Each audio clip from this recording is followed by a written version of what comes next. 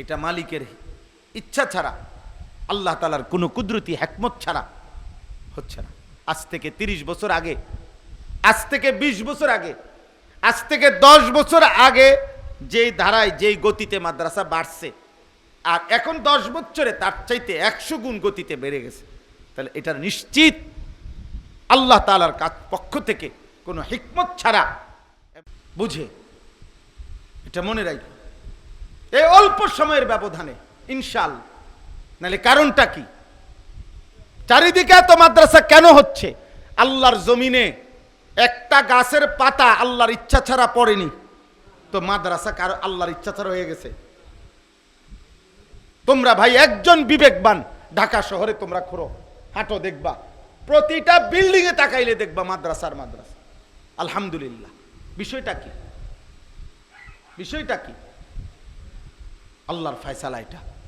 ও চিরে ইনশাআল্লাহ আমাদের এই উপমহাদেশে যুগ যুগ ধরে ব্রিটিশের ওই বেঈমানরা আমাদের উপরে যখন 190 বছরের জুলুম করছে, শাসন করছে, তার আগ পর্যন্ত খোদার কসম এটাই ইতিহাস যে এই ভারতীয় উপমহাদেশে মুসলমানদের পড়ালেখা বলতেই ছিল ধর্মীয় শিক্ষা। শুধু এই ব্রিটিশ বেঈমানরা 1757 সনে নবাব সিরাজউদ্দৌলার পতনের মাধ্যমে যখন মুসলমানদের হাত থেকে শাসন ক্ষমতা নিয়ে নিছে, এরপরে ধীরে ধীরে ধীরে ধীরে তারা আমাদের এই দুইটা ভাগ করে দিছে। আমগরে এক দলকে, আমরা মুসলমান সবাই, তোমরাও মুসলমান আমরাও মুসলমান, কিন্তু বেঈমান আমাদেরকে একটা দেওয়াল দিয়া দিছে মাঝখানে। এই পাশে আমরা কিছু হইলাম হুজুর, ওই পাশে তোমরা কিছু হইলা জেনারেল। টোটাল আমাদেরকে চিহ্ন পরিবর্তন করে দিছে, যে দেখলেই বুঝবেন এটা হুজুর, এটা হলো জেনারেল। মুসলমান তো এরকম হওয়ার কথা ছিল না। হযরত আবু বকর সিদ্দিক আর নবীজির লাস্ট সাহাবী, আল্লাহর কসম চেহারায় সুরতে 5 ওয়াক্ত নামাজে আল্লাহর বন্দিগিতে তো বরাবর ছিলেন। সাহাবায়ে কেরামের মধ্যে সাহাবীরা, নবীর সাহাবীরা নামাজ পড়তেন কয় পার্সেন্ট? কথা বলে না। মনে করেন 1 লক্ষ সাহাবী যদি হয় নবীর, তো উনাদের মধ্য থেকে নামাজ পড়তেন কত হাজার? বোঝো না কথাটা? বলো না ভাই, তোমরা বিবেকে কি বলে? হালাল হারাম মানতেন কয়জন? তাইলে মুসলমান তো এমনই ছিল। আমরা কিতাবে পড়ছি, ইতিহাসের কিতাবে একটা জামানায় ছিল মুসলিম শিক্ষা প্রতিষ্ঠান থেকে জোহরের নামাজের ওয়াক্ত হইছে, তো মসজিদে যারা ঢুকতেছে ছাত্র শিক্ষক, আমরা কিতাবে পড়ছি যে ইনিও শিক্ষক, ইনিও শিক্ষক, কিন্তু এই মাত্র উনি পড়াই আইছে ক্লাসে হাদিস, উনি পড়াই আসছে জ্যোতির্বিদ্যা, মানে ওই মহাকাশ উপরে যে গবেষণা করে এই বিদ্যা, উনি উস্তাদ, উনিও উস্তাদ। আবার এই উনার কাছে যে ছাত্ররা পড়ছে এরা এতক্ষণ বিজ্ঞান পড়ে আসছে, জ্যোতির্বিদ্যা, আর এরা পড়ে আসছে হাদিস। কিন্তু আল্লাহর কসম কিতাবে আছে, মুসলমানদের এক জামানা ছিল এই ছাত্র আর এই ছাত্র নামাজের ওয়াক্তে মসজিদে ঢুকছে একসাথে, চেহারা দেখে বোঝা যায় নাই যে এরা আরবি পড়ছে, এরা জেনারেল পড়ছে। বুঝেন না কথাটা? ইনি হুজুর, ইনি স্যার, এ কথা আলাদা ছিল না মুসলমানের। মুসলমানের এটা ছিল না রে আব্বা। বেঈমান আমাদেরকে এটা দিয়ে গেছে, ব্রিটিশ আমাদেরকে আলাদা করে দিছে। আজকে আমরা তাকায়া তাকায়া দেখি তোমরা আমাদের ভাই, অথচ তোমাদের চুল বেঈমানের মতো। আমরা আফসুস করি, তাকায়া থাকি। তোমরা আমাগরে নিয়ে হাসি ঠাট্টা করো, তোমরা মোল্লা নিয়া, হুজুর নিয়া, হুজুরের কথা নিয়া তোমরা মজাক করো। আহা, তোমরা কি পরিমাণ নিজেকে বুদ্ধিমান ভাবছ। কাফের মুশরিকদের অনুসরণ করে নিজেকে বুদ্ধিমান ভাবছ তোমরা। আফসুস, আফসুস। মাত্র সর্বোচ্চ 3 থেকে 5% ছাত্র, ছেলে মেয়ে মুসলিম বর্তমানে মাদ্রাসায় পড়ে। কম পক্ষে 95 থেকে 97% সন্তান স্কুল কলেজে পড়ে, জেনারেল লাইনে পড়ে বাংলাদেশে। কমপক্ষে 5 কোটি নিয়মতান্ত্রিক বাচ্চা পড়ালেখা করে বাংলাদেশে। এই 5 কোটি বাচ্চার মধ্যে মাত্র 3 থেকে 5% মাদ্রাসায় পড়ে, আর সব স্কুলমুখী। বেঈমানের সফলতা এটা, ব্রিটিশের সফলতা। ওরা চলে গেছে আমাদের এই উপমহাদেশ থেকে, ওদের ক্ষমতা এখন আর আমাদের দেশে নাই, আমাদের এই উপমহাদেশে, কিন্তু ওদের সেই বীজ, ওদের সেই ফিকির, এটা স্পষ্ট ইতিহাসের বইতে লেখা আছে। ব্রিটিশ বলে গেছিল, আমরা এই উপমহাদেশে এমন শিক্ষা দিয়ে গেলাম, এমন শিক্ষানীতি পড়ালেখা দিয়ে গেলাম, অচিরেই এই উপমহাদেশের এই পড়ালেখা করে আমাদের রক্তে মাংসে হবে ভারতীয় এই উপমহাদেশের, আর চিন্তায় চেতনায় হবে ইংরেজ। আজ তোমাদের কাছে মুসলিম ঘরে জন্ম নিয়ে কাফেরের চুল, কাফেরের পোশাক, কাফেরের লিবাস, কাফেরের স্টাইল তোমাদের পছন্দ। ওরা এটাই চাইছিল, ওরা এটা বলে গেছিল এটাই হবে, আর এটাই হয়েছে, এটাই হয়েছে। আমরা ওই দিন পড়লাম আধুনিক লেটেস্ট ইউরোপের, আমেরিকার, ইউরোপের এই আধুনিক পৃথিবীর, গোটা পৃথিবীর আধুনিক ব্যবসার পলিসি করতে চাচ্ছে তারা, যে you are own nothing but you are happy. মানে এটা নতুন স্লোগান আসতেছে, এই কিছুদিনের মধ্যে শুনবা তোমরা, যে আপনার কোনো মালিকানা থাকবে না কোনো কিছুর উপরে, তবে আপনার কোনো কষ্টও থাকবে না, আপনার সকল চাহিদা ওরাই পূরণ করবে, আপনার কোনো মালিকানা নাই, আপনার আলাদা কোনো মেয়ে হবে দরকার নাই, আপনার আলাদা কোনো স্ত্রীর দরকার নাই, আপনার নারীর চাহিদা যখন দরকার ওটা পূরণ হয়ে যাবে। আপনার খাবার দরকার, এখানে আপনি হালাল হারাম যাচাই করে আলাদা বাচ্চা, এত কিছু আপনার দরকার নাই, আপনার টেনশন না থাকলেই তো হইছে, আপনার সমস্যা না থাকলেই তো হইছে, আপনার চাহিদা পূরণ করবে। এই প্রস্তুতি নিচ্ছে ইউরোপ। নাউজুবিল্লাহ, নাউজুবিল্লাহ। হ্যাঁ, তোমরা অপেক্ষা করো আব্বা, তোমরা অপেক্ষা করো, সেদিন চোখের পানি ফেলে কাঁদবা নিজের সন্তানের কুফরি দেখা, কারণ তোমার হায়াত তুমি যেমনে পার করছো, তোমার সন্তান তোমারে তার বদলা দিবে, মনে রাখো ইনশাআল্লাহ। তোমার গুনাহ, তোমার নাফরমানির বদলা তোমারে করায় গন্ডায় তোমার পরিবার বুঝাই দিবে।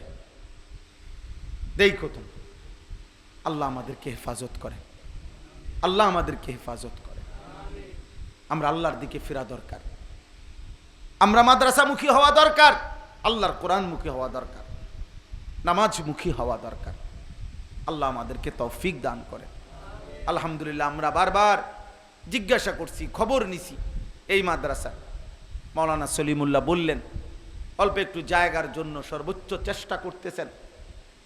যাদের জায়গা, যাদের মাধ্যমে আল্লাহ যদি দয়া করে, আল্লাহ রহম করে, আল্লাহ যেন কবুল করে, আল্লাহ যেন এই মাদ্রাসার একটা পূর্ণাঙ্গ সুন্দর জায়গার পূর্ণ ইন্তজাম যেন হয়।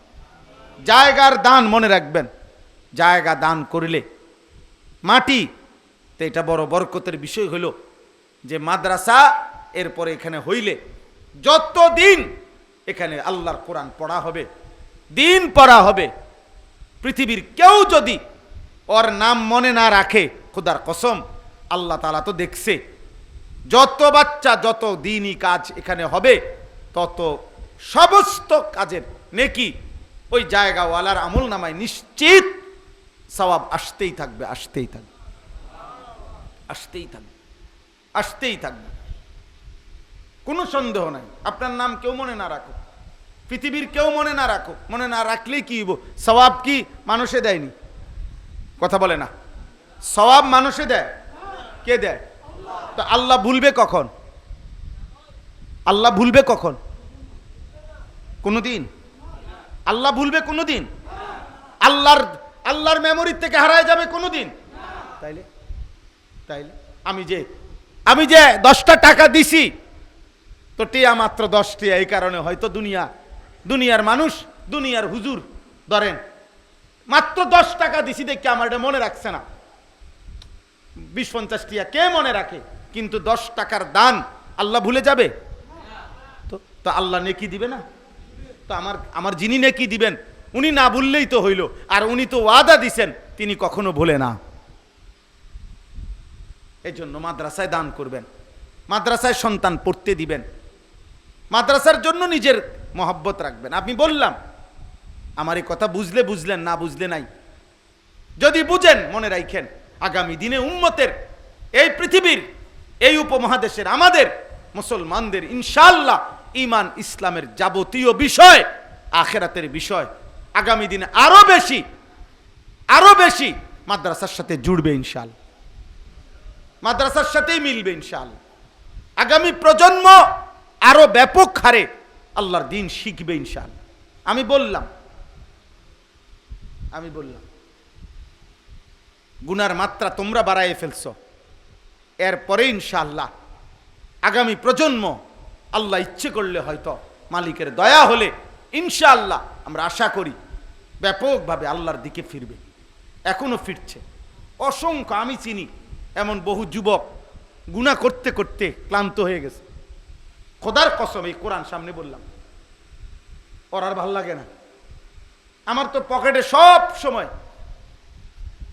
সময় আমার পকেটে কাগজ থাকে, বহু যুবকের চিঠি থাকে, আমার কাছে জানায় আমার সাথে, অর্থাৎ আর এই পরিমাণ এত কম বয়সে নারী অশ্লীল ছবি দেখে ফেলছে, এই হাইওয়ান, তার আর গুনার মধ্যেও কোনো মজা নাই।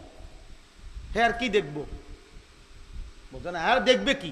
তে তো সবই দেখে লাইছে, দেখতে দেখতে তো ক্লান্ত হয়ে গেছে সে, গুনাহ করতে করতে তো ক্লান্ত হয়ে গেছে। এবার ফিরতে চায়, নতুন কিছু চায়, আর এই নতুনটাই ইসলাম, নতুনটাই আল্লাহর কোরআন। আর ইনশাআল্লাহ যে কোরআন ধরবে, যে সেজদা দিবে, সে যদি 100 বছরও সেজদা দিতে থাকে, আল্লাহর কোরআন পড়তে থাকে, খোদার কসম একদিন 1 সেকেন্ডের জন্য তার কোনোদিন বিরক্তি আসবে না, বিরক্তি আসবে। আমি তো কথায় আজকে 22 বছর ওয়াজ করি, আল্লাহর দয়া, আলহামদুলিল্লাহ 22 বছর এই কথা বলার তৌফিক আল। তাহলে এই 22 বছরে তো কোনোদিন এ কথা বিরক্তি আসে নাই যে আর কত ওয়াজ করতাম, আদৌ ভাল লাগে না, এমন কোনোদিনও মনে হয় নাই, আলহামদুলিল্লাহ, কোনোদিনও মনে হয় না, কোনোদিনও মনে হয় না। বললাম না পেরেশানি, আমার সমুদ্র অপারেশন চলতেছে, আমি হসপিটাল থেকেই আইছি, আবার এখন ওই সলিমুল্লাহরে এখানে পর্যন্ত দাঁড়াইয়া দেন না, কথা বলতেছিলাম যে আমি নাইমেই চলে যাবো হসপিটালে, ওখানে আমার সবাই ওখানে। তাইলে বিষয়টা হলো এই দুনিয়া পেরেশানি থাকবেই, সব গুছাইয়ে দিয়ে আসছি, বলছে আবার আসতেছি আমি, দুনিয়া ব্যস্ততা থাকবেই আব্বা, কিন্তু আল্লাহকে ভুলবো কেন? আল্লাহকে ভুলবে কেন ভাইয়া? আল্লাহকে ভুলবা কেন? আমরা আলহামদুলিল্লাহ তো দুনিয়া নামাজি মানুষ যারা, তারা কি সংসার করে না? দুনিয়ার সব প্রয়োজন পূরণ হয়, 5 ওয়াক্ত নামাজ, আমার এটা আখেরা। আমি যদি এটাকে সহজভাবে নেই, আমার এটা লাগবেই, আমাকে নামাজ পড়তেই হবে, সহজ না পড়লে কঠিন, মনে করলে কঠিন। আমি অনুরোধ করছি সমস্ত ছেলে বাবা, তোমরা প্রিয় ভাই কষ্ট করছো, গরমের মধ্যে বসে রইছো, আমিও জানি তোমাদের কষ্ট হয়েছে আব্বা, আমি অনুরোধ করলাম তোমরা আল্লাহর দিকে ফেরো, আখেরাত তো বরবাদ হবেই আব্বা, নয়তো দুনিয়াও তোমাদের ক্ষতিগ্রস্ত হবে। তোমরা একদম রিজেক্টেড, পরিত্যক্ত আবর্জনা, নষ্ট মাল হিসাবে তোমাদেরকে এই সমাজ ছুঁড়ে ফেলবে। আমি বললাম 1000 কোটি টাকার মালিক আমার হাতে ধরে ওই দিনও বলছে, হুজুর ওনার ছেলে বলছে, হুজুর একটা নেককার মেয়ে, ছেলেটার বিবাহের জন্য চাচ্ছি। 1000 কোটি টাকার মালিক ওনার মেয়ের জন্য বলছে, হুজুর একটা ছেলে চাই, ছেলেটা নেককার, অথচ উনি জেনারেল শিক্ষিত, কসম খোদার, উনি শতভাগ শার্ট প্যান্ট পরা, কোটি কোটি টাকার ব্যবসা, কোটি টাকার ব্যবসা। হ্যাঁ, মজা নাই। যে নারী মনে করছে বেপর্দা, নিজের শরীর নিজের যৌবন দেখাইতেছে, মনে করছে কত বেড়া হেবড়ির লেগে পাগল হয়ে রয়েছে। না, তোমাকে যা কদ্দুর দেখে এর দূরে, তোমার সে ঘরে নিবে না, সে তোমাকে ঘরে নিবে না। ঠিক তোমরাও মনে রাখো, তুমি না মনে করতেছো ওই মেয়ে অমুক মেয়ে, না না, পবিত্র কোনো বাবা, নেককার কোনো বাবা চরিত্রহীন যুবক তোকে তার মেয়ের জন্য পছন্দ করবে না, পছন্দ করবে না। আব্বা, আমি খোলামেলা বললাম, আমি ফিরাইতে চাই আমার ছেলেদেরকে, বুঝাইতে চাই, এজন্য এতটা পরিষ্কার বলি। নেবে না। আল্লাহ তাআলা আমাদেরকে বুঝার তৌফিক দান করেন। সবচেয়ে বেশি সব সময় চারিদিকে দেখেন, এগুলো এখন বললে অনেক সময়ের দরকার, চারিদিকে ষড়যন্ত্র, আলেম, মাদ্রাসা, মসজিদ, এদের বিরুদ্ধে। কারণ চতুর্দিকের দুশ্মনদের গা জ্বালা, ওরা বুঝতেছে এত বিরোধিতার পরেও মানুষ আল্লাহমুখী। তোমরা একটা ছেলে বাংলাদেশের 20টা ইউনিভার্সিটিতে জেনারেল লাইনের বিভিন্ন চাকরির কাজে আমি অনুরোধ করলাম, ওয়াদা দিলাম, চ্যালেঞ্জ করলাম, তোমরা এখন হাইটা দেখো, দেখো এবং বয়স্ক মানুষের লগে কথা বলে দেখো, গত 20 বছর আগের চাইতে এই 20 বছরে, এই 10 বছরে আলহামদুলিল্লাহ বাংলাদেশে জেনারেল শিক্ষক শিক্ষিতদের মধ্যেও দাড়ি রাখার প্রবণতা আগের চাইতে 100 গুণ বেড়ে গেছে, 100 গুণ, আলহামদুলিল্লাহ। বিষয়টা কি? বিষয়টা কি? কারণটা কি? হিজাব বোরকা পরিহিতা নারী কলেজে গিয়ে হাঁটো, চলো ইউনিভার্সিটিতে চলো, দেখো গিয়ে হিজাব পরা নারী আলহামদুলিল্লাহ গত 30 বছরের চাইতে, 20 বছরের চাইতে এই 10 বছরে উল্লেখযোগ্য হারে তোমরা আল্লাহর দিকে ফেরো। চেষ্টা করো, বলো ইনশাআল্লাহ। ফজরের নামাজ পড়ো ভাই, 5 ওয়াক্ত নামাজ পড়ো, চেহারা সুন্দর করো, চুল স্বাভাবিক রাখো। আব্বা, তুমি মুসলমান, তোমার ধর্মই তোমার জন্য সুন্দর, তোমার আল্লাহই তোমার প্রিয়, তোমার নবী তোমার প্রিয়, দুশ্মন তুমি তোমার জন্য ভাবে না। অতএব আল্লাহর দিকে ফেরো, 5 ওয়াক্ত নামাজ পড়ো, সেজদা করো, শরীরটা নাপাক করো না, পেশাব পায়খানা করে ঠিক মতো টয়লেট পেপার ব্যবহার করো, পানি ব্যবহার করো। অশ্লীল ছবি, নারী, উলঙ্গ দৃশ্য দেখলে বীর্যপাত হয় আব্বা, বীর্যপাত হইলে ওই শরীর নাপাক হয়, আর তার উপরে গোসল ফরজ। আর এমন নাপাক মানুষের জন্য জঘন্য, এই নাপাকি নিয়ে তুমি চলতে থাকো, তোমার উপরে তো আল্লাহর সৃষ্টি সব লানত দেয়। কসম খোদা, তুমি যে 1 ঘন্টা 2 ঘন্টা ধরে নারী দেখলা, ছবি দেখলা, তোমার তো বীর্যপাত হয়েছে, হারাম। তুমি তো টেরও পাও নাই হয়তো, অথবা টের পাইছো। তো তুমি এই নাপাক শরীর নিয়া কেমনে চলতেছো, খাইতেছো কেমনে, ঘুমাইতেছো কেমনে, এই পৃথিবীতে হাঁটতেছো কেমনে? এই মাটি যদি তোমারে ধসায় দেয়, আল্লাহ কোরআনে বলছে তো, আমিনতুম মান ফিস সামা আন ইয়াখসিফা বিকুমুল আরদ। আল্লাহ বলছে তোমরা কি আল্লাহ থেকে নিরাপদ হয়ে গেলা? এই বান্দা, তুমি কি জানো না আল্লাহ চাইলে মাটিতে ধসাই দিতে পারে? কারুনকে কে মাটিতে ধসাইছে? তো তিনি নাই? আব্রাহার বাহিনীকে পাথর দিয়ে ধ্বংস করছে কে? তো তিনি নাই? তো আল্লাহ আমাদেরকে তৌফিক দান করেন, আল্লাহ আমাদেরকে কবুল করে নেন। আমরা চেষ্টা করব ইনশাআল্লাহ, আশায় আছি, আশায় থাকি।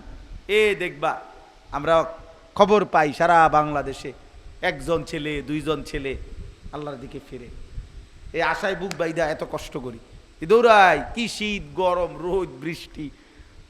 আমি এবছর ঈদের দিনও মাহফিল বয়ান করছি, একেবারে রোজার ঈদের দিন, যেদিন ঈদ হয়েছে ওই দিন রাত্রেও আমি মাহফিল করছি। এমনি আমার এটা অস্থিরতা, যেমনে সুযোগ হয় আল্লাহর কথা বলা। আল্লাহ আমাদেরকে তৌফিক দেন, এই মাদ্রাসা আল্লাহ কবুল করে নেন। আল্লাহ তাআলা এই মাদ্রাসার জন্য একটা সুন্দর উত্তম জায়গা আল্লাহ ব্যবস্থা করে দেন। হযরত মাওলানা আব্দুস সুবহান সাহেব, আল্লাহ তাআলা ওনাকে আফিয়তের জীবন দান করেন। তোমরা ভাই নওজোয়ান, আমরা তোমাদের জন্য দোয়া করি। বাবা আপনাদের জন্য, আমার জন্য দোয়া করবেন, আমিও আপনাদের জন্য দোয়া করি। আলহামদুলিল্লাহি রাব্বিল আলামিন।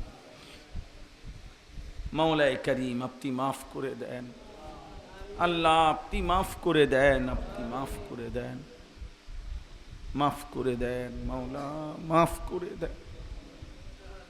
মাফ করে দেন, অনেক ভুল হয়ে গেছে, অনেক নাফরমানি হয়ে গেছে। কত রাত গেছে মাওলা, একটা সেজদা দেই নাই রে মাওলা।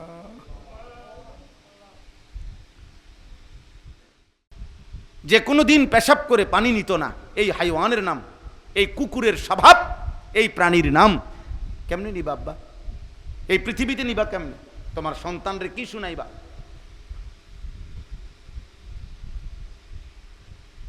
তোমার প্রজন্মকে কি শুনাইবা তুমি? তোমার জেনারেশনকে কি শুনাইবা? একদিন তো তোমার ছেলে তোমার থেকে গল্প শুনতে চাইবে, একদিন তোমার ভাতিজা তোমার থেকে গল্প শুনতে চাইবে, একদিন তোমার ভাগিনা তোমার থেকে গল্প শুনতে চাইবে। তুমি কি বলবা? যে ভাতিজা, আমরা যখন তোদের বয়সী ছিলাম আমরা সারাক্ষণ নারী দেখতাম। হ্যাঁ বলো, লজ্জা বলো আব্বা, হাসো না, বলো, তুমি বলো। তোমার বিবেকের মধ্যে যদি শয়তানে পেশাব না করে তো বলো। আপনজনকে কি শুনাইবা? আমরা যখন তোদের বয়সী ছিলাম আমরা এক ওয়াক্ত আল্লাহকে সেজদা দিতাম না। ছি ছি ছি ছি ছি বেটা, থুতু তোর কপালে বেটা, থু। বেনামাজি তোর কপালে থুতু বেটা, লানত তোর কপালে, অভিশাপ তোর কপালে, লানত বেটা, বেনামাজির কপালে লানত। আল্লাহ লানত দিছে বেনামাজি, অভিশাপ দিছে। আল্লাহ বলছে বেনামাজি এত অভিশপ্ত যে তাকে মূলত রাজিম, সে তারে উচিত পাথর মাইরা এলাকা ছাড়া করা। এত নিকৃষ্ট। এজন্য আমরা এই আশ্চর্য আয়াত হজ্জের সাথে মিলে। আসসালামু আলাইকুম ওয়া রাহমাতুল্লাহি ওয়া বারাকাতুহু। প্রিয় ভাই শোনো, সবাই শোনো, আমার ছেলেরা আমার কথা শোনো ভাই। তোমরা যেমন কষ্ট করে আসছো, আমরাও কষ্ট করে আসছি। ব্যক্তিগতভাবে মানুষের জীবনে সবসময় পেরেশানি, কাজকর্ম, ঝামেলা থাকে ব্যক্তি। তাইলে সবাই যদি এখন আইসা এখানে একটি মাহফিলকে উদ্দেশ্য করে আইসা মোবাইল নিয়ে এতটাই যদি আমরা ব্যস্ত থাকি, তাহলে আসার কি দরকার ছিল আব্বা? 24 ঘন্টা বুঝি জীবনটা সারাক্ষণই যদি মোবাইলে ছবি তুলতেই মন চায়, আল্লাহর কথা শুনবা কখন ভাই? নিজের জন্য নিজের ভালো কল্যাণ ভাববা কখন? এজন্য আমি দয়া করে অনুরোধ করতেছি, প্রত্যেকেই হাতে মোবাইলগুলো বন্ধ করো। হাতে মোবাইল ধরে একজনও ভিডিও বা রেকর্ড করবা না। আমি নিষেধ করলাম। তোমরা ভাই কথা বলো না, এই যে ছেলেরা, বাবা কথা বলো না। আব্বা আব্বা বসতে কষ্ট হইলে, বিরক্ত বোধ করলে চলে গেলে ভালো, যার যার জায়গায় যার যার ঘরে চলে গেলে ভালো। শুধু শুধু এই সুর হাঙ্গামা, এই বেয়াদবি করার চাইতে চলে গেলে অনেক ভালো। আল্লাহর কথা যেখানে হয়, যেখানেই হোক, সেটা ন্যূনতম বেয়াদবি করা উচিত না। আমার আচরণের দ্বারা, আমার কথার দ্বারা যেন এক বিন্দু বেয়াদবি না হয়। আল্লাহর কথার প্রতি যে বিমুখ হয়, মনোযোগ দেয় না, আল্লাহ কোরআনুল কারীমের মধ্যে বলছে, এমন পাপীর প্রতিশোধ আমি আল্লাহ নিজে নেব।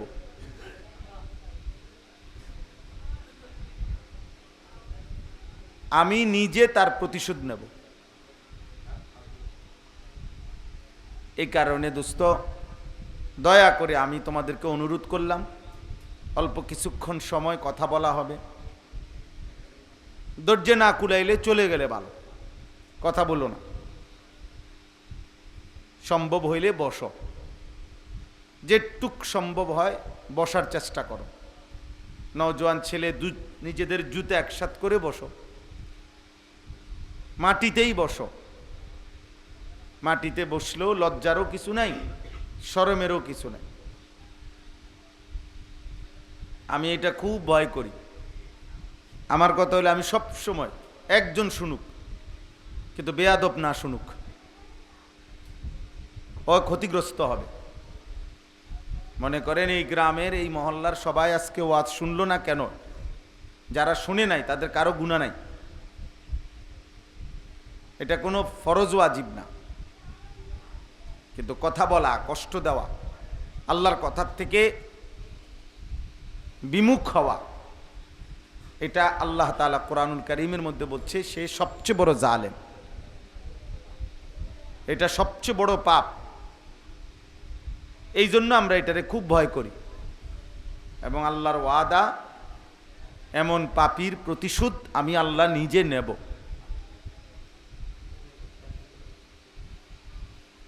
মানুষের সুস্থতা, মানুষের স্বাভাবিক জীবন প্রতি মুহূর্তে আল্লাহ তাআলার দয়ার উপরে নির্ভরশীল, দয়ার উপর। প্রতি মুহূর্তেই মানুষের জিন্দিগি আল্লাহ তাআলার দয়ার উপরে নির্ভরশীল। আমার একজন ঘনিষ্ঠ মানুষ, আমাদের কুমিল্লা বুড়িচংয়ের মৌলানা জহির ভাই, আমাদের সভাপতি, গত 2-3 দিন আগে উনি একটা মাহফিলের ডেটের জন্য, ওনার এক বন্ধু মাওলানা ডেটের জন্য আমারে খুব বারবার বিরক্ত করছে। পরে আমি অনেক দেখে একটা ডেট তারিখ বলছি। আজকে দুপুরবেলা ওনার সাথে দুপুরের খানা খাইছি, আর উনি বলতেছে, ভাই যে আর জন্য ডেটটা নিছিলাম আমি, বারবার বিরক্ত করলাম। উনি তখন আমারে বলছে উনি খুব অসুস্থ, ঢাকা হসপিটালে ভর্তি, লিভার জন্ডিস হয়েছে। এরপরে যখন আমি ডেটটা দিলাম, এরপরে আর ওনার ফোন ঢোকে না, ফোন ঢোকে না, বহুত চেষ্টা করে উনি বলতেছেন যে আমি ওর ভাইয়ের নাম্বার সংগ্রহ করে ওর বাইরে বললাম যে উনি তো ফোনটা ধরতেছে না, আপনার ভাই কি হয়েছে ওনার, কই উনি হসপিটালে আছে, উনি জানে। উনি কাঁদতেছে, কয় যে ভাই হুজুর আমার ভাই তো আধা ঘন্টা হয় মারা গেছেন, ইন্তেকাল করছে আজকে। তো উনি আমার আজকে বলতেছে, আমি ওনারে ডেটটা জানাইতে পারলাম না।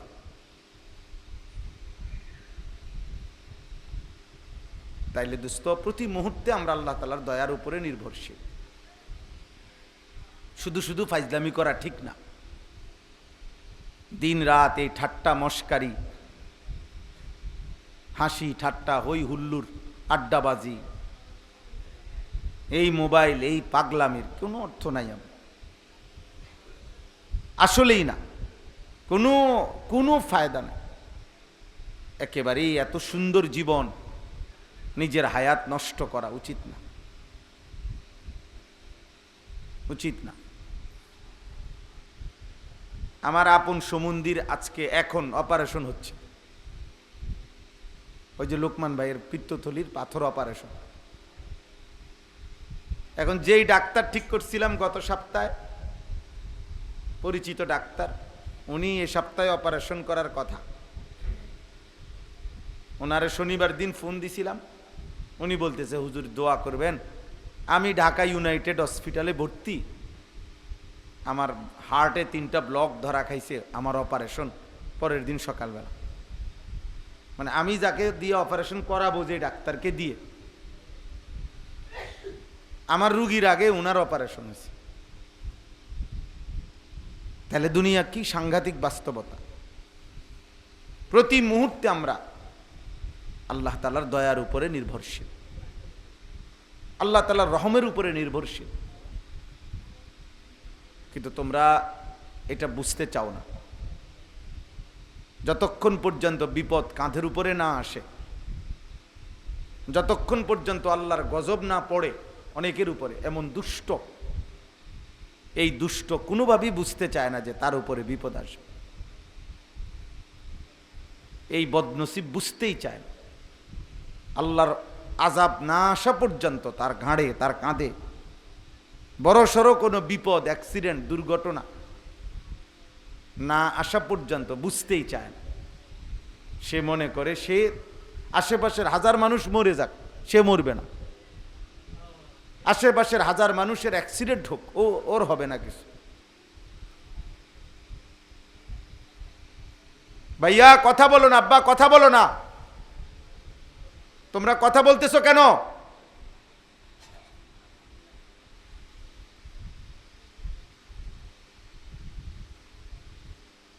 এজন্য বললাম, আমার কথা হলো অল্প একটু সময় আমরা প্রত্যেকেই আল্লাহর কথা মনোযোগ দিয়ে শুনি। আন্তরিকতা নিয়ে শুনলে আল্লাহ বরকত দিবে। আর যার যখনই মন চায়, কষ্ট লাইগা উঠলে, বিরক্তি লাইগা উঠলে, ক্লান্তি হইলে চলে গেলে ভালো, আমি অনুমতি দিলাম। আল্লাহ তাআলা আমাদের সবাইকে তৌফিক দান করেন। আলহামদুলিল্লাহ আলহামদুলিল্লাহি নাহমাদুহু ওয়া নাস্তাঈনুহু ওয়া নাস্তাগফিরুহু ওয়া নু'মিনু বিহি ওয়া নাতাওয়াক্কালু আলাইহি ওয়া নাউযু বিল্লাহি মিন শুরুরি আনফুসিনা ওয়া মিন সাইয়্যাতি আ'মালিনা। من يهده الله فلا مضل له ومن يضلله فلا هادي له ونشهد أن لا إله إلا الله وحده لا شريك له ونشهد أن سيدنا وحبيبنا ومولانا محمدا عبده ورسوله. أما بعد فأعوذ بالله من الشيطان الرجيم. بسم الله الرحمن الرحيم. وأذن في الناس بالحج يأتوك رجالا وعلى كل ضامر يأتين من كل فج عميق ليشهدوا منافع لهم ويذكروا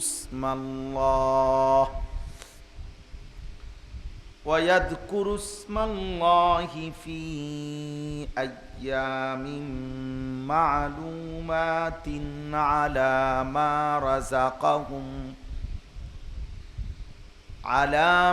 رزقهم من بهيمة الأنعام